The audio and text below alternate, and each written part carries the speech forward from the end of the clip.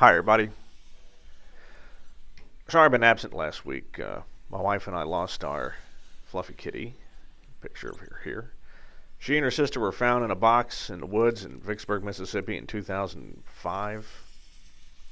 Given to my brother, who gave him to me, asked me to find him a home. I couldn't. I said, what do? I've run out of food. He says, you buy him more food.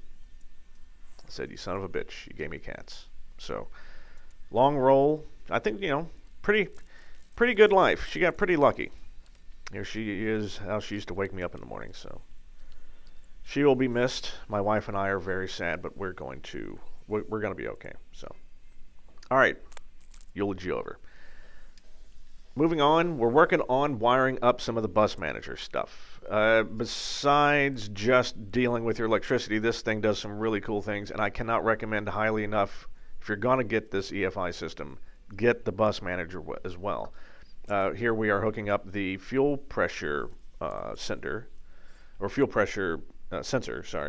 to the bus manager. So if your fuel pressure gets too low, if you have it in automatic mode, if the fuel pressure gets too low, then it will automatically switch over to the other pump. I mean, who doesn't love that? And it'll let you know, hey, pump 1 dead. You're on pump 2.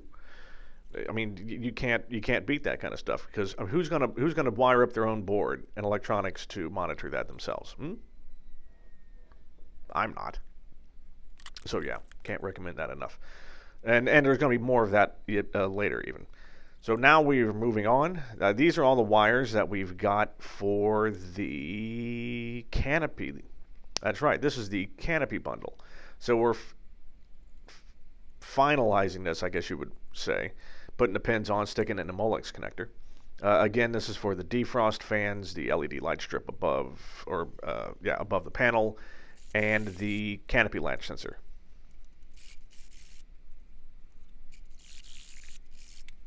After we're happy with that and have the Molex connector in place, next thing is that big red wire that's hanging down. That comes from the alternator.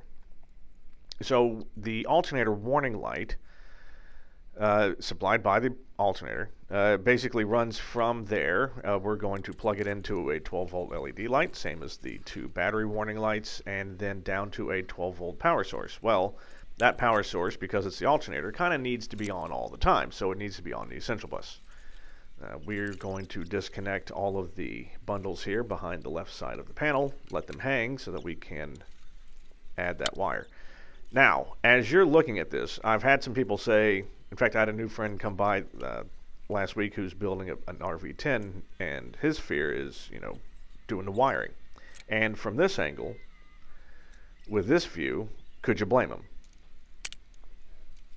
No, especially not in a second, because we're going to take all these bundles off, and they're going to hang, and you're going to be like, holy crap.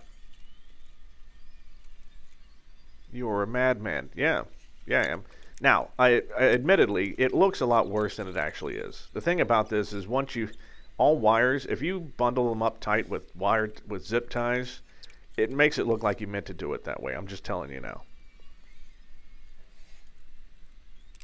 Even the best people that run cables, even Stein, if you were to cut the zip ties off, guess what? It looks like this. Now, the only thing I need to do for that's basically my physical annunciator panel up top of my EFIS on my left side. It's my 2 battery warning lights and my alternator warning light. The only thing I haven't done is attach kind of like a 12-volt source for that with a little push button, kind of like you're in a Piper to do an annunciator panel test. I'm still deciding whether or not to do that. I don't know if anyone else has, so. All right, in the next video, we're going to switch off of wiring, thank God, for a while, and do some fuel line work. So, thank you for joining me, everyone. See you soon.